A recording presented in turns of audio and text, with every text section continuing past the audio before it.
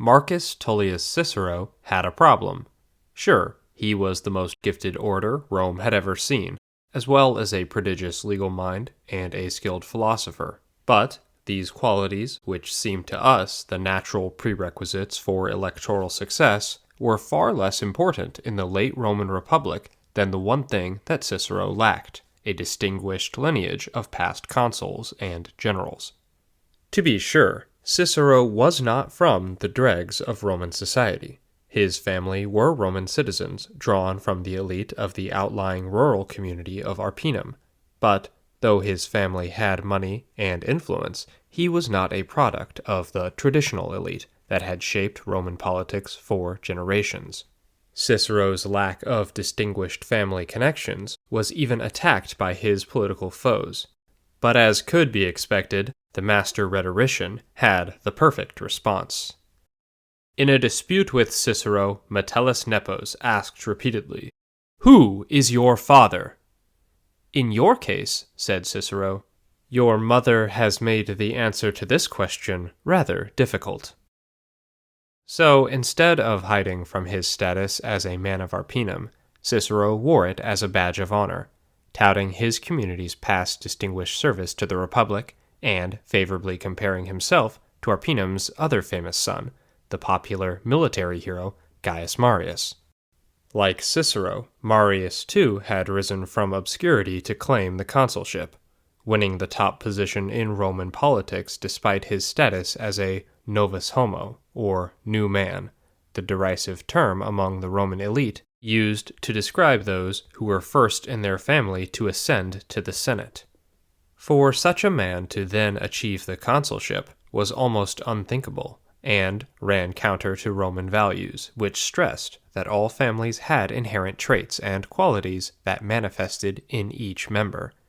A man whose family had not served the state for generations thus lacked this resume and could not be trusted with high office. This was understood and believed even by someone like Marius, who lacked a strong family legacy of nobility.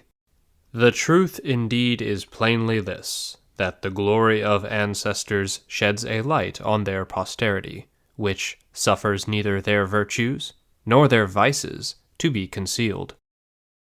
In a strange bit of irony, the prejudice against those lacking consular ancestors was actually a fairly recent innovation in Republican politics, and only came about because of successful efforts during the struggle of the orders to expand access to the consulship to plebeians as well as patricians.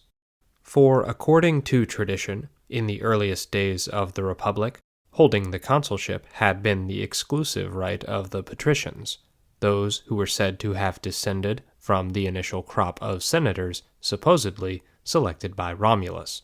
But over the next 300 years, many patrician lines died out, and some plebeian families accumulated wealth and influence that placed them on par with the old elite, and, for a select few, even outstripped all but the most noteworthy old families. These wealthy plebeians naturally sought access to high offices, military commands, and priesthoods, and they would ally with the Roman working class to press their demands for greater rights for all plebeians during the struggle of the orders.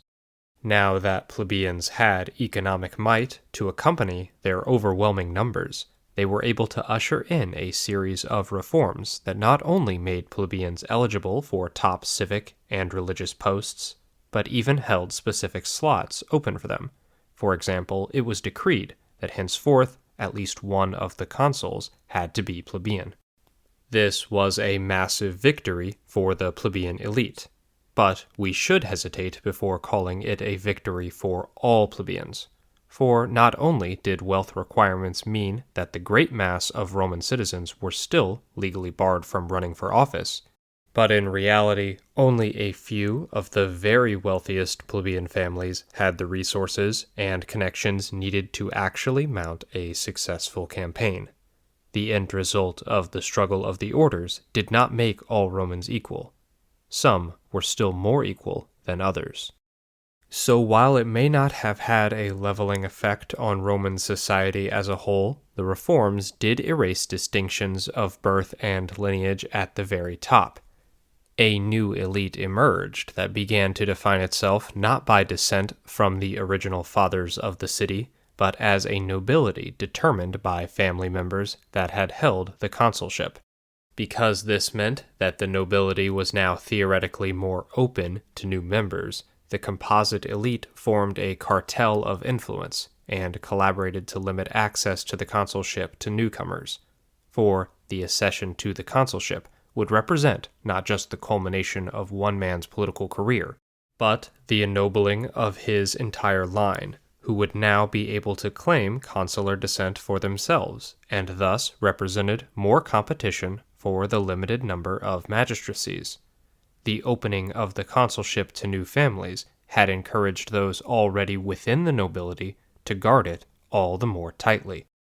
Thus, breakthroughs became increasingly rare, and it is no surprise that the new men who did reach the consulship tended to be remarkable, highly accomplished individuals, because as the odds grew ever longer, it took ever more noteworthy politicians to rise above the limitations placed on them and achieve the consulship. In the final 300 years of the Republic, during which the consulship was open to plebeians, only 15 of these new men without senatorial ancestors won the consulship. So, while the vast majority of Roman consuls are eminently forgettable, the ranks of the new men include such luminaries as Publius Decius Mus, Gaius Flaminius, and Cato the Elder, as well as the two individuals at the heart of this story, Marius and Cicero. For the careers of both men are incomprehensible if we do not take into account the massive chip that each wore on his shoulder as he worked to prove himself to a privileged aristocracy that placed hurdles in front of them at each step of the way, while also easing the ascent of less capable descendants of previous consuls. To cope, each of these sons of Arpinum would adopt radically different approaches.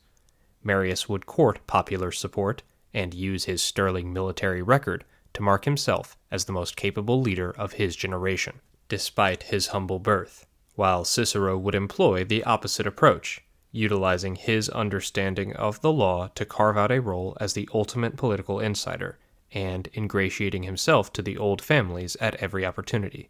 Yes, playing to the masses where appropriate, but always making the case that though he was not born into a great family, he embodied the convictions and traditions of the ruling elite better than even they themselves did. The incredible accomplishments of each on their way to the consulship underscores just how difficult it was for a new man to reach the Republic's ultimate prize, and encourages us to wonder how many other men of great wisdom and skill were passed over because they lacked a pedigree agreeable to the insular and inbred Roman elite. If you're enjoying this video, please do us a favor by liking, commenting, and subscribing. We're a small channel, and this is the only way to get the almighty YouTube algorithm to notice us. Furthermore, you can help Tribunate become more sustainable by becoming a member for as little as 99 cents a month. Thank you for all of your support. Marius was born of parents who were altogether obscure, poor people who lived by the labor of their own hands, but would serve as consul an unprecedented 7 times. The rise of Marius can be read as the story of a brilliant general and statesman attempting to save the Roman elite from itself by forcing the injection of new talent into the upper strata, even if he had to harness populare politics to achieve this. Marius made his name in the army, which, though still no meritocracy, did put the skills of each man on full display, and his service even earned him recognition from the great general Scipio Aemilianus. Once, when the talk after supper had to do with generals, and one of the company, either because he really wished to know or merely sought to please, asked Scipio where the Roman people would find any such chieftain or leader to follow him. Scipio, gently tapping Marius on the shoulder as he reclined next to him, said, "Here, perhaps." So gifted by nature were both men, the the one in showing himself great while still a young man, and the other in discerning the end from the beginning. Still, despite his obvious talent, Marius had a difficult time climbing the ranks of Roman magistracies, owing, in large part, to his undistinguished background. He became a client of the Caecilii Metelli, and their connections eased his ascent, but apparently Marius still struggled as he finished 6th in the elections for the praetorship, securing the last spot for the year. This office alone represented a remarkable rise for a man of Marius's birth, and is doubtless more than his parents could have ever dreamed he would achieve. His backers among the Caecilii Metelli felt the same way, that the upstart had risen to the limit of his breeding, and should be content with the power and influence that he had been able to accumulate as their client. But Marius would settle for no less than the pinnacle of Roman distinction, and, while serving as a subordinate to the consul Quintus Caecilius Metellus Numidicus in the war against Jugurtha, Marius made it clear that he expected the support of the Caecilii Metelli in a future bid for the consulship. Instead, he was told by Numidicus that he would only have the clan's blessing if he ran for the post alongside Numidicus's young son, a candidacy that was at least 2 decades from being legally possible, meaning that the answer was in fact a patrician way of saying never. Undeterred, Marius turned his back on the Caecilii Metelli by stirring up rumors that Numidicus was unwilling to win the war, as he was being bribed by Jugurtha. He was dismissed from his post and returned to Rome to stand for the consulship, without aristocratic backing. He centered his campaign around his humble origins, in contrast to the decadence of Rome's corrupt nobility. The common people at Rome, having learned the contents of the letters written from Africa concerning Metellus and Marius, had listened to the accounts given of both with eagerness. But the noble birth of Metellus, which had previously been a motive for paying him honor, had now become a cause of unpopularity, while the obscurity of Marius's origin had procured him favor. In regard to both, however, party feeling had more influence than the good or bad qualities of either. The factious tribunes, too, inflamed the populace, charging Metellus in their harangues with offenses worthy of death, and exaggerating the excellent qualities of Marius. At length the people were so excited that all the artisans and rustics, whose whole subsistence and credit depended on their labor, quitting their several employments, attended Marius in crowds, and thought less of their own wants than of his exaltation. Thus, the nobility being borne down, the consulship, after the lapse of many years, was once more given to a man of humble birth. And afterward, when the people were asked by Manlius Mancinus, one of their tribunes, whom they would appoint to carry on the war against Jugurtha, they, in a full assembly, voted it to Marius. The Senate had previously decreed it to Metellus, but that decree was thus rendered abortive. Not only did Marius win the consulship, but he would rub salt in the wound by passing a law in the popular assembly that transferred command from Numidicus to himself. It was the first of Marius's many blows against the old elite, but over the course of his 7 consulships, there would be many more to come. Though Cicero would boast of his connection to Marius through Arpinum, he laid the groundwork for his consular campaign not by presenting himself in opposition to the elite, but by working tirelessly to earn their favor and convince them that he deserved a seat at the table. Though he dabbled in popular language, this was always in service of establishing himself as a true patriotic populare, in contrast to the disruptive sort that operated in the mold of the Gracchi. Like Marius, Cicero did serve a brief stint in the legions, as any political career was impossible without military experience. But army life never agreed with him, and he sought to establish his credentials through his work in the courts, spending decades forging relationships with Romans of all stripes who would support his inevitable run for consul. Almost every day, as you go down to the forum, you must say to yourself, I am a Novus Homo. I am a candidate for the consulship. This is Rome. For the newness of your name, you will best compensate by the brilliance of your oratory.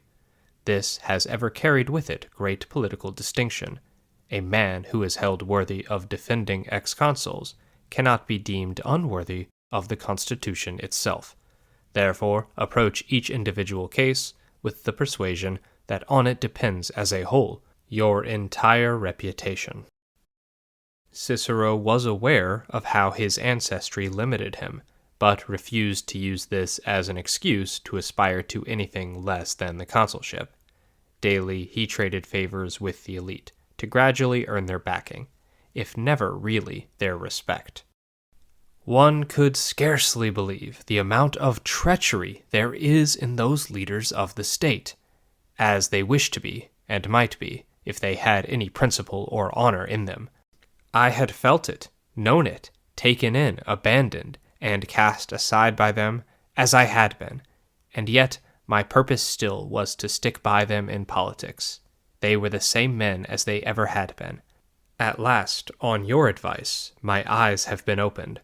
But now the time has come to show a little affection for myself, since I can get none from them on any terms. Speaking of his relationship with Brutus, Cicero writes, even when he has a favor to ask, writes usually in a tone of hauteur, arrogance, and offensive superiority. Still, despite the prejudices of the Roman elite, Cicero regarded the consulship as his birthright, something he was owed due to his rhetorical brilliance and keen legal mind. This ambition resulted in a tireless work ethic that, combined with his clear talent, meant that the nobility would begrudgingly accept him. For, despite his favorable view of the Roman upper class, he would lash out at members of the nobility that were politically vulnerable, or had committed egregious affronts to Roman values. In his famous orations against Gaius Marius for his corruption as governor of Sicily, Cicero viciously attacked the brothers Marcus and Quintus Metellus for their protection of a corrupt official, and even accused Quintus of obtaining the consulship through bribery alone.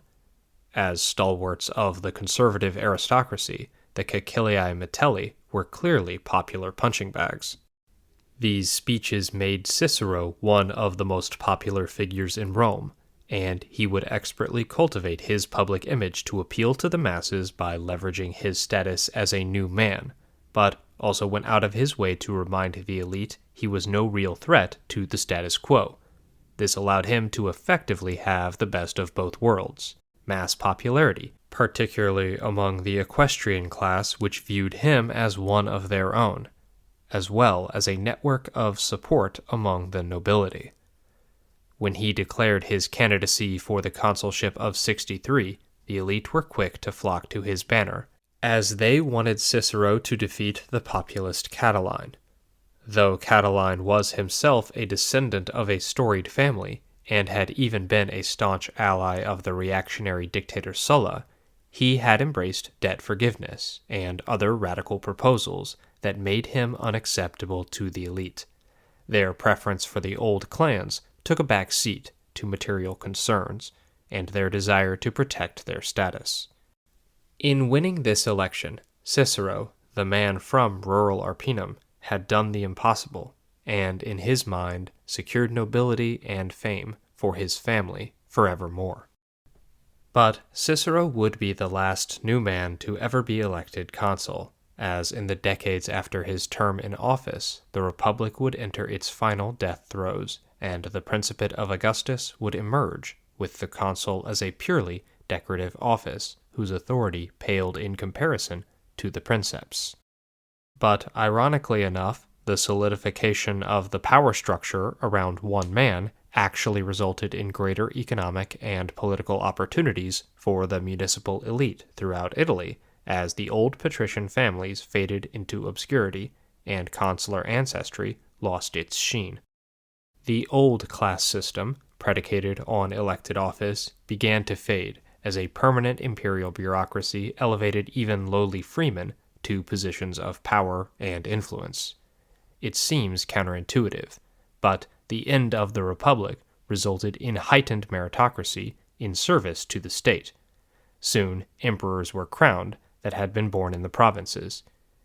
Even the child of a slave would become emperor before the 2nd century ended, and as Rome plunged further into crisis, stories of dramatic rises like that of Maximinius Thrax became ever more common. But rises are always accompanied by falls, as one family gaining prominence can only occur alongside the loss of status for others. But as the old insular Roman nobility gradually vanished, there were no tears in Rome bemoaning their demise. None missed the stern overlords of the Republican era who stifled innovation and conspired to make the highest offices their exclusive domain. The Romans lost no sleep over the disappearance of their old oligarchs, and neither should we.